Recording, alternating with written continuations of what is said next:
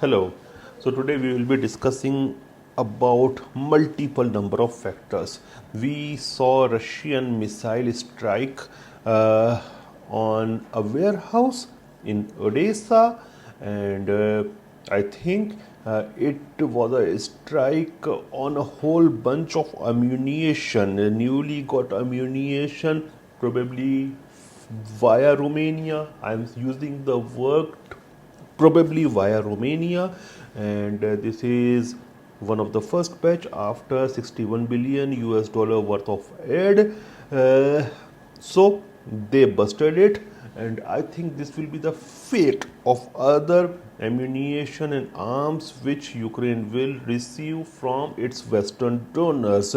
And as far as what they are talking about is F-16, I think they are also going to come very soon, and they will also meet same kind of fate. But one thing is worth noticing, from where they will take off, because F-16 is not the kind of plane which can take up vertically. It requires special type of airstrips, and if it is taking off from Ukraine, Russia will blast all those airstrips. So will it take off from Poland or Romania?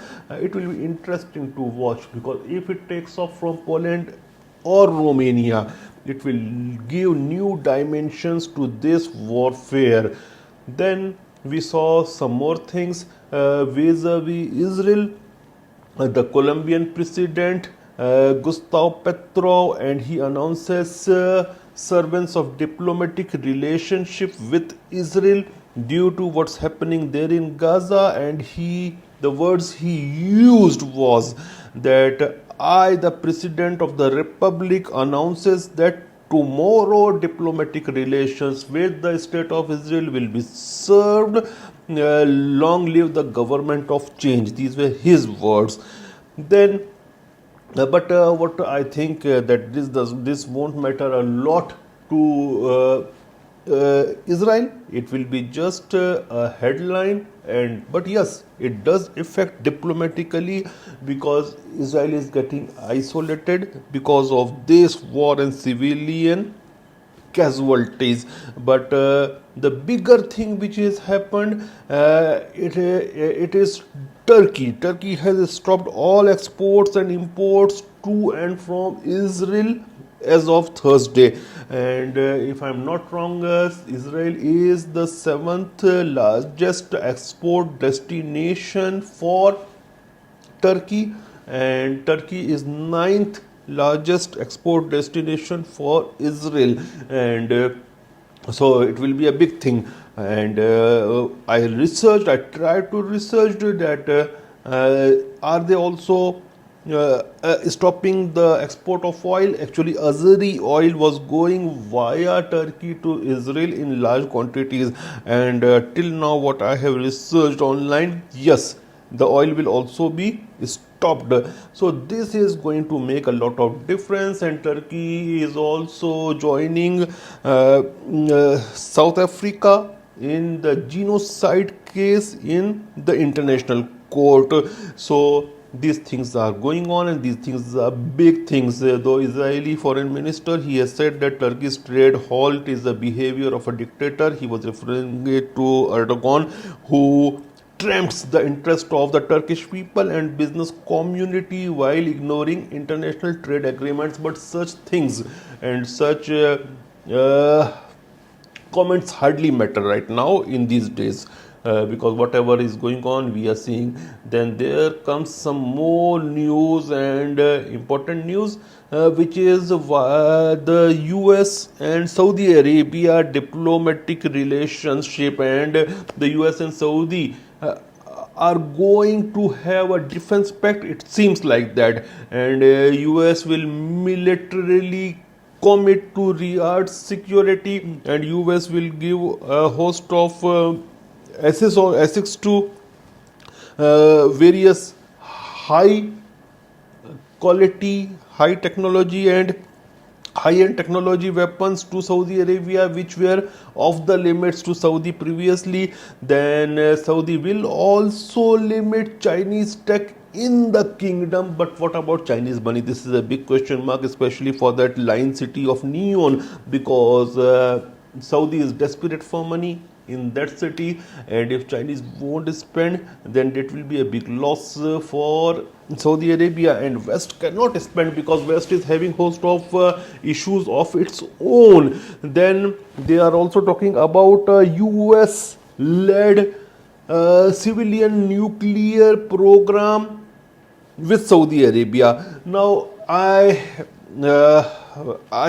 have been believing since for quite a long time that this won't be a civilian nuclear program, because such a program Saudi Arabia can get even from Russia, because recently a North African Sahel country, his leader, the military coup leader, went to Russia, met Vladimir Putin, demanded a nuclear power station, and Russia said, yes, we will make it for you. So if a Sahel country, North African country can make, why with the help of Russians, so can Saudi Arabia do it with the help of Russians or Chinese or French, whatever. So they don't need actually United States of America for that. So it is basically what I think.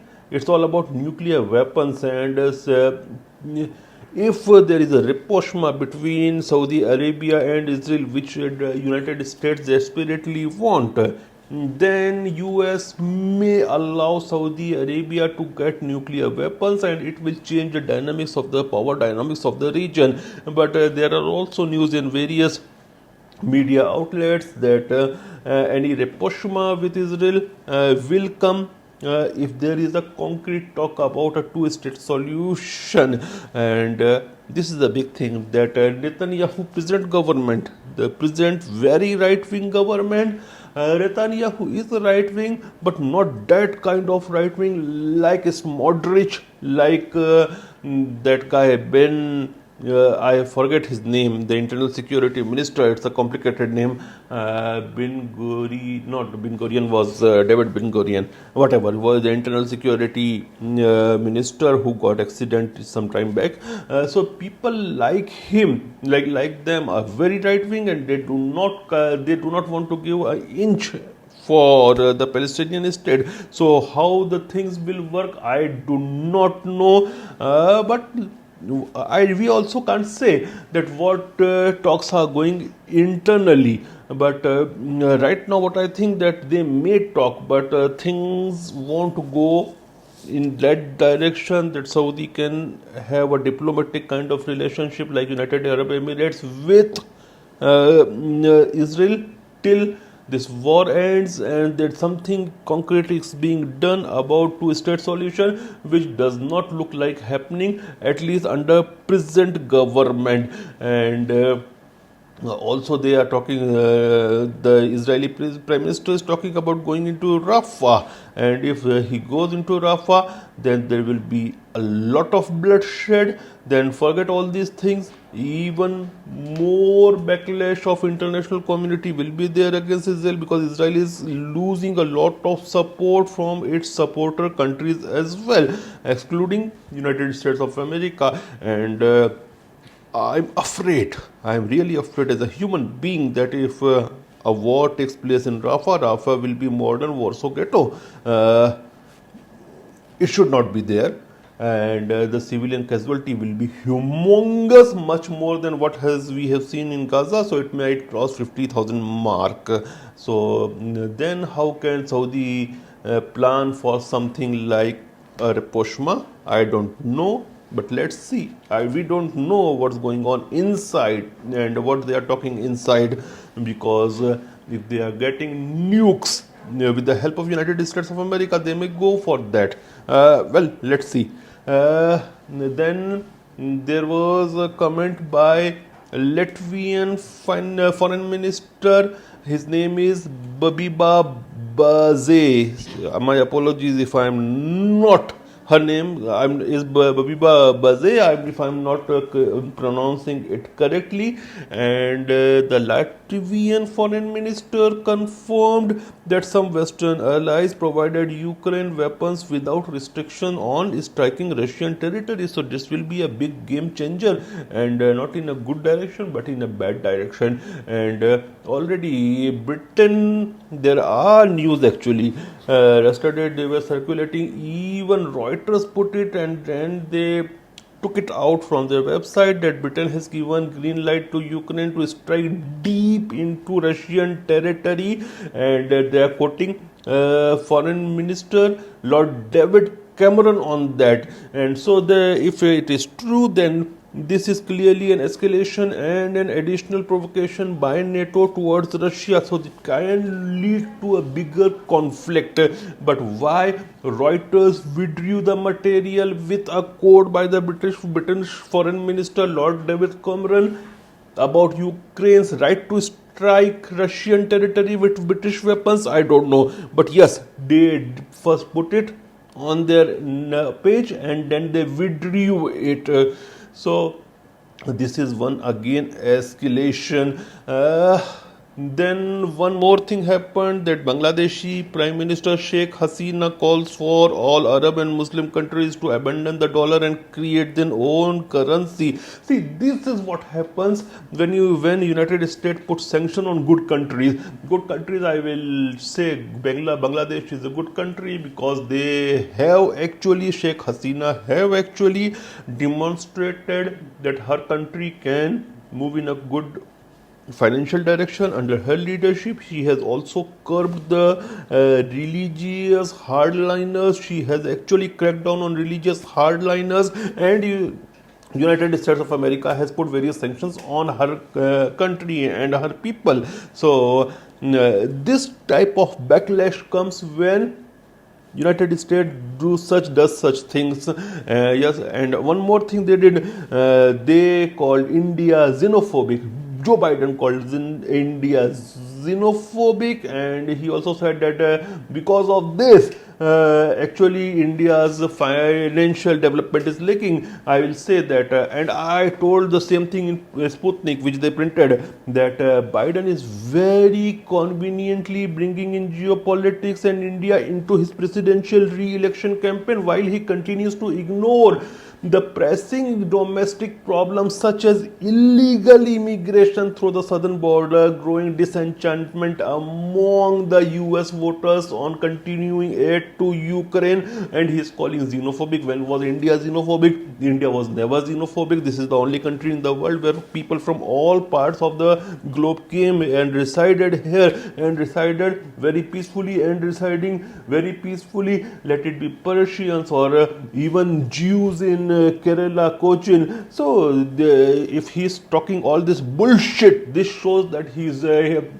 in a big deep trouble in his domestic election, and for his own sake he is attacking a friendly country, India, and such things. Such actions, he attacked Bangladesh, and we are seeing what are the statements of Sheikh Hasina. Now a more friendly country, India, which they desperately need against China, he is attacking India, then the consequences are not good for United States and Joe Biden. And Trump will win. And let me tell Joe Biden very clearly, see, we don't interfere in any other country's internal elections or internal matters.